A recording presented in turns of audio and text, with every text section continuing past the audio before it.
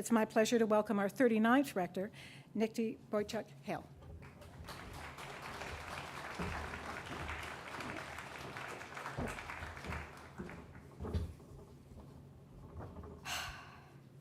Some of us never thought this would actually happen. It is my privilege to welcome you all to the newly revitalized John Deutsch University Center. I'm not in charge of any of the tours later, but I do have a secret. If you lean close enough into the walls, you will actually hear the heartbeat of student life on campus.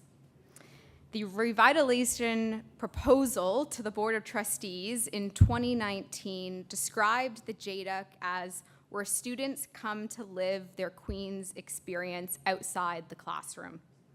For nearly a century, it's been a place where students have organized, advocated, rested, refueled, studied, celebrated, and found belonging. Today, as we celebrate this reimagined space, we honor that legacy while creating something new, a space that reflects who students are now and who we're becoming. The revitalized JDUC is home to student government offices, student-run services, and more than 100 clubs. At its heart is the Kaylee, an open gathering space where students come to study, collaborate, and celebrate. Across the building, there are new study areas, wellness spaces, expanded food and retail options, and a modernized residence wing. Accessibility has been improved throughout with level entrances and elevators reaching every part of the building, including its historic sections.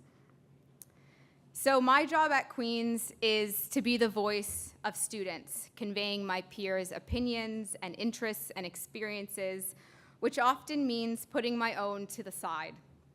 However, on occasion like this, I would be remiss not to acknowledge what the JDUC means to me personally, and I also know that there are thousands of very similar stories.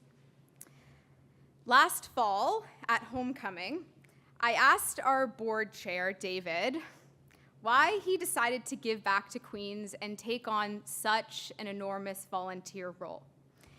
He looked at me very matter-of-factly and said, because Queen's changed my life. And I think a lot of us here likely feel the same way. But when I describe my relationship to Queen's, I actually say that the JDUC changed my life, which I know is a lot of credit to give to a building, but I really do feel it. And it's not just because it housed the campus jobs that paid for my education. The Queen's Pub very kindly introduced me to the JDUC as a first-year student in 2019. And so ultimately, I owe this life-informing experience of being the university rector to a weekly appointment with a pitcher of sangria and a side of fries. Because I work well in noisy spaces, the pub became mine. I'd pull out my deck of 120 handmade flashcards for a course about art history of the West from antiquity to modernity, and I would start memorizing.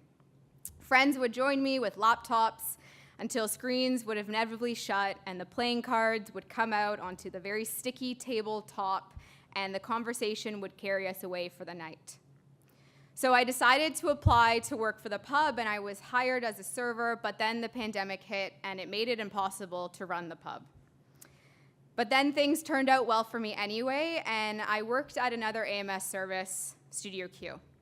I spent 2 very lovely years learning how to use the Adobe Suite, riding on a scooter, forming friendships that I still hold tight, and looking up to the senior student leaders who felt so impressive to a very impressionable younger year student like me, all in the walls of the JDUC. I learned how to be an adult person in the JDUC. I formed a sense of self. I figured out my passions. And so when it became time for us to move out, we were terribly sad. But we knew it would benefit generations of students to come, and we were tired of coming into flooded AMS offices every time it rained. When I was packing up boxes in the bunker of the JDUC in my 3rd year, I had no idea that I would still be a student when it was done, and I had no idea I would have my own office in this building. Now, having realized that I am one of very few students on campus that remember the before times, I wasn't sure how the first semester would go with everyone back and these doors back open again. But there was an immediacy to how students figured out how to live here. And sure enough, this place is again a living and breathing display of the student experience. And I have the luck of being located at the intersection of it all.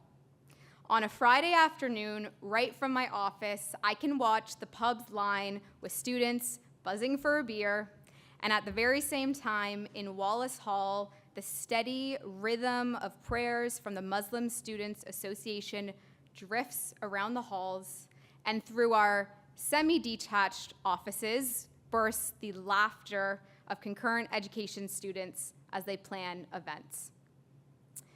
Now, I'm supposed to thank you for being a part of this special day, but I really want to thank you for being a part of this special building. And it was a very long time coming. To put it into perspective, I was 15 years old, and I had yet to even think about post-secondary education when the first talks of this project began. And now I'm 3 university degrees in and 25 years old. So whether you are a student, staff, faculty member, a donor, an alumni, or a friend of Queen's, if you were part of it since the first mentions in 2015, or if you recently joined the mission to get it across the finish line, you had a hand in making this possible, and this celebration is for you. Thank you.